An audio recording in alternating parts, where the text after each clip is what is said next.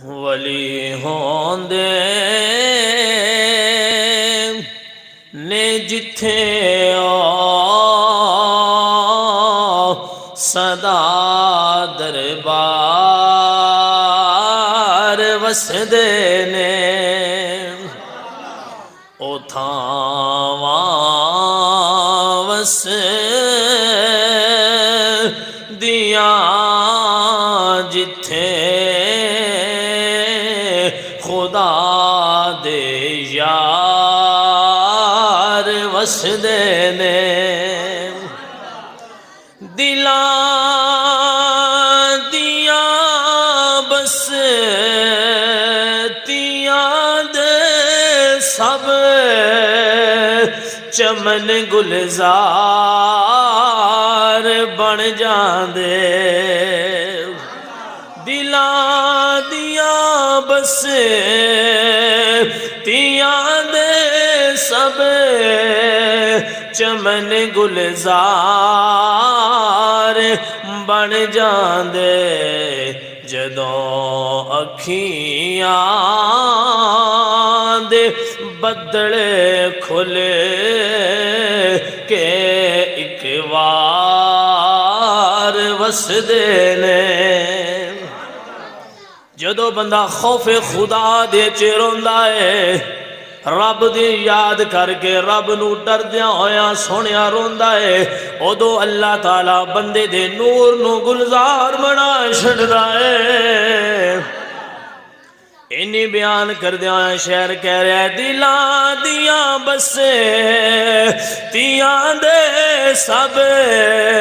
چمن گلزار بن جاندے جدوں اکھیاں دے بدلے کھلے کہ ایک وار وسدے نے اور آخری مقطع جڑا بیان کیتا گیا ہے جی سونے دی سیاہی دے نال لکھن والا ہے اور در در تے جڑا بندہ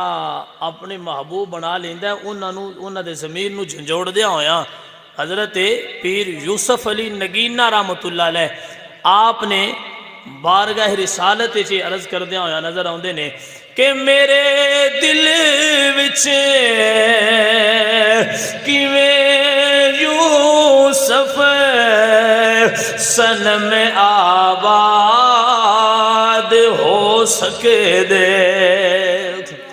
صنم آندے نے بت نو بت نہیں بنائے ہوندے کافراں انہوں صنم آندے نے اور حضور علیہ السلام تو علاوہ اے دنیاوی محبت کرن والے نو بھی آپ بت وضاحت فرماندے پے نے تے آپ فرماندے نے کہ میرے دل وچ کیویں کوئی بندہ وس سکدا ہے میرے دل وچ کسے دا پیار کیویں آ سکدا ہے میرے دل وچ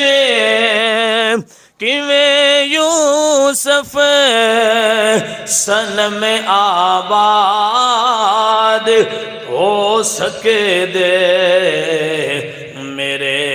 دل وچ امام الانبیاء سرکار وسدے نے حضرت یوسف علی نگینہ اللہ دے ولی ہوئے نے تے آپ نے کلام لکھیا ہے تو فرماندے نے جنہ دلیں جو حضور دا پیار ہوئے انہاں دلیں جو دنیا دی محبت نہیں آ سکتی اس لیے آوازات کردے ہو کہندے نے کہ میرے دل وچ امام الانبیاء سرکار وسدے نے ولی ہوندے نے جتھے سدا دربار وسدے